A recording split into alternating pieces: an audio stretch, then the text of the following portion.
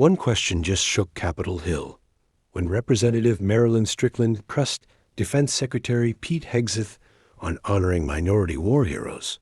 His response stunned the room and sparked a bigger debate about who gets remembered.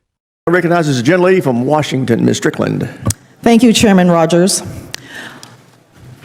I represent Joint Base Lewis McChord, home to over 40,000 active duty service members and their families. JBLM is the Department of Defense's most important installation for projecting power into the Indo-Pacific region, hosting the Army's 1st Corps and 1/3 of the Air Force's entire C-17 fleet. I want to start by recognizing the Army's 250th birthday. I am an Army brat myself. My father served in the military. He joined the Army when it was segregated, and he continued to serve when President Truman desegregated, something that probably would have been defined as woke back then. I could not be more proud of the soldiers who make up the Army what it is. And as part of the celebration, the Pentagon is going to host a day-long festival and parade estimated to cost up to $45 million. Department of Defense officials have described this as a generational recruiting tool and a plan to highlight every era and legendary leaders throughout Army history. So, Secretary Hegseth, do you plan to include displays of Colin Powell, our first Black chairman of the Joint Chiefs of Staff? Will you include displays about the Japanese-American 442nd Regimental Combat Team, one of the most decorated units of all time? Will you include displays about Major General Charles Calvin Rogers, whose Medal of Honor your department previously labeled as DEI? Recent articles by Stars and Stripes, Military Times, and others outline how your team has gone to great lengths to wipe out references of these American heroes. I'm incredibly concerned and actually disappointed that you will continue trying to tell an incomplete story about the Army's proud history, especially when you consider that 40% of those who are serving who are enlisted represent minority communities. So I'm going to ask you, sir, will you be able to talk about these things and will they be included? And then I have another question after that. Go ahead. Well, Congresswoman, I do not accept your insinuation that we would seek to disclude any race or group of people in representing 250 years of incredible service of the United States Army, including your father's, which I thank him for.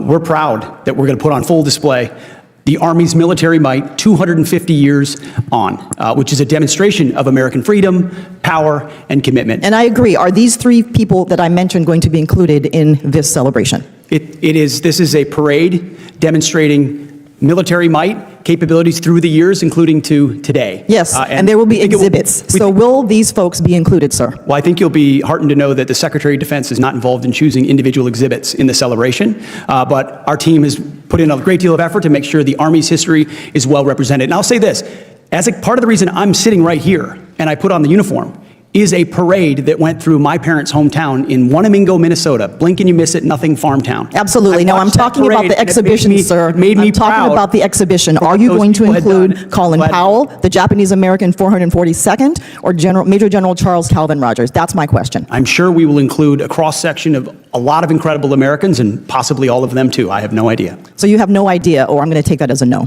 All right, next question. Let's talk about Ukraine and Russia. So we know that Russia started this war. They have long been an adversary of the United States.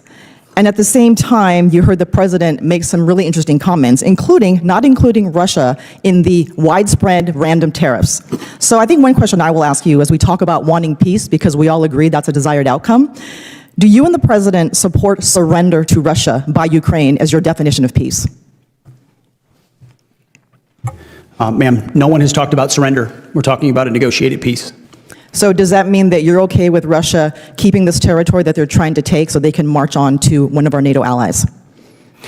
Ma'am, I think the situation is unfortunate, unleashed by the previous administration, but everyone that talks about winning and prevailing has yet to present to me a plan that's going to push the Russian army out of those territories. So, sir, I appreciate you talking about the previous administration often, but we are now in this administration. So as the person who serves at the pleasure of the U.S. president, do you believe that Russia is a true adversary, and is your definition of peace going to be surrender of Ukraine from this invasion? Ma'am, I've never said surrender, and we're prepared to negotiate what we hope will be a lasting peace. Thank you. I yield back. Gentlelady yields back. Chair. What unfolded in this hearing went far beyond a ceremonial parade. At its core was a fundamental question about how the United States chooses to tell its own military story and whose sacrifices are remembered when history is put on display. Representative Marilyn Strickland spoke from deeply personal ground, recalling her father's service during the era of segregation, a time when many troops defended a country that did not yet grant them equal treatment. For generations, African American, Asian American, and other minority service members fought on two fronts: overseas against foreign enemies, and at home against discrimination within the ranks. That reality began to change in 1948 when President Harry S. Truman ordered the desegregation of the armed forces, a decision now seen as a pivotal moment that strengthened the military by opening opportunity to all Americans. Against that historical backdrop, Strickland raised concerns about the Pentagon's planned $45 million celebration of the Army's 250th birthday, an event intended to showcase every era of Army history. If the goal is to present a complete story, her argument suggests, then the inclusion of those who helped transform the institution is not just symbolic, it's essential.